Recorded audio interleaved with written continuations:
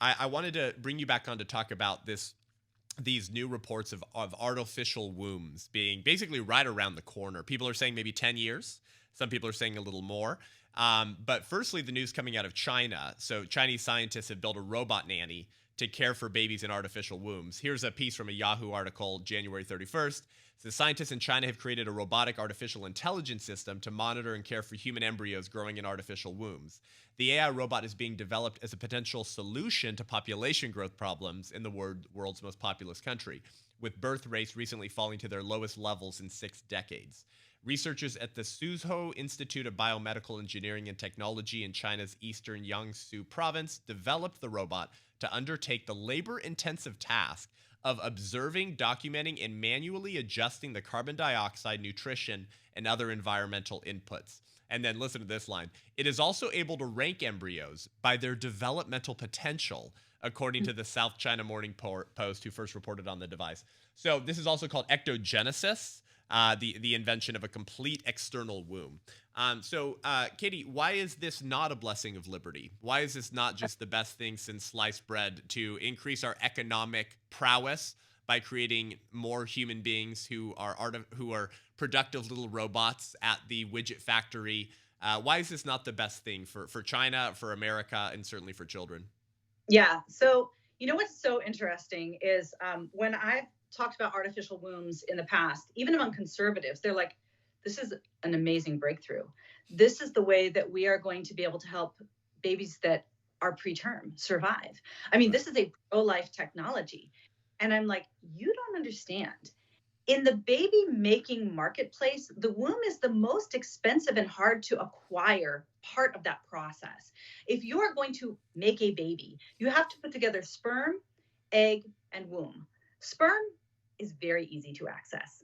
Eggs, a little bit more difficult, but we have figured out a way to hormonally inject women with enough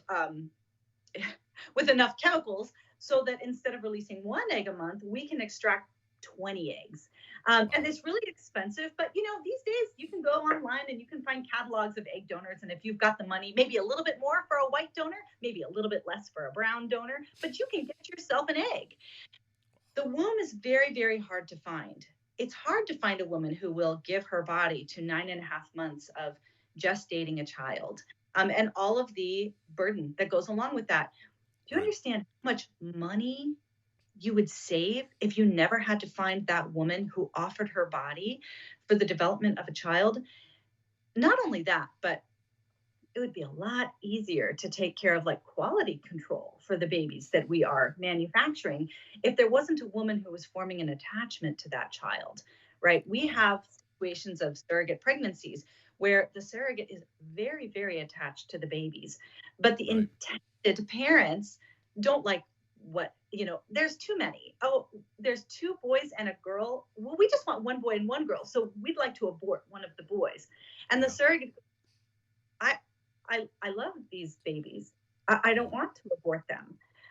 Or we've had situations of surrogates where they said, oh, this baby has Down syndrome. You need to abort that baby. And the surrogate goes, I have a bond with this baby. I'm not going to abort this baby. Wouldn't it be so much more convenient if there wasn't a woman bonding and standing in the way so that we can eliminate the children that are not genetically optimal?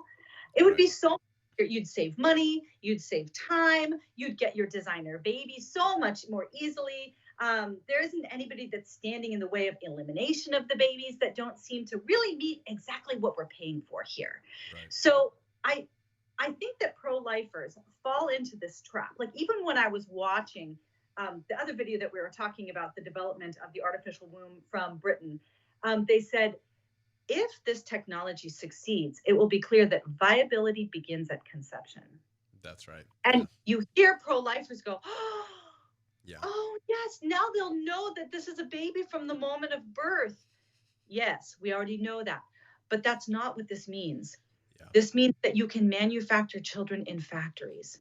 That's what this means. That's right. In the context of China, they are in a population spiral, right? They have hit the population decline so much harder and faster than most developing countries. We have slid into it. Japan kind of went first. Europe has kind of hit next. America's sort of in that direction, unless you're a conservative, in which case we're having 2 to 12 children, it seems. But China went very hard and very fast because their cost of living increased so drastically. They had already had these incredible restrictions on their population. They're already in the mindset of, we don't really get to decide how many kids that we're going to have. And now they're in this race to economically develop, and women don't have time for children, and it's too expensive in these cities. So they have tried to incentivize women to have more children, and women are like, no, I'm not going to.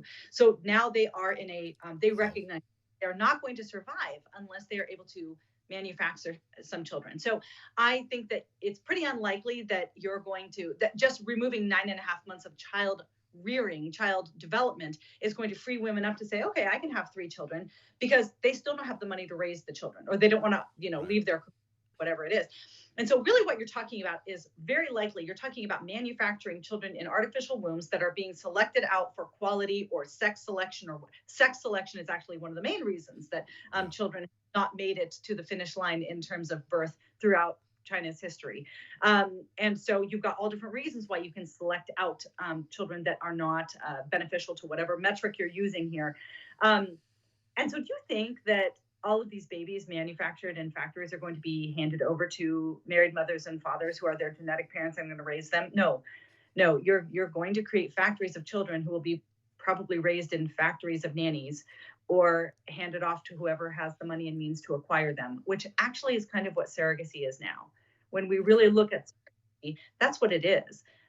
A lot of times these kids don't go home to genetic parents. They're going home to 1 or 2 adults who are not genetically related. Oftentimes they're going home to motherless or fatherless homes. Surrogacy already is a system that is allowing for children to be cut and pasted into any and every adult relationship. The difference is surrogacy costs a little more money than an artificial womb was. Yeah. Do you think that kids' rights to life and right to their mother and father will be more respected or less respected when the price tag drops?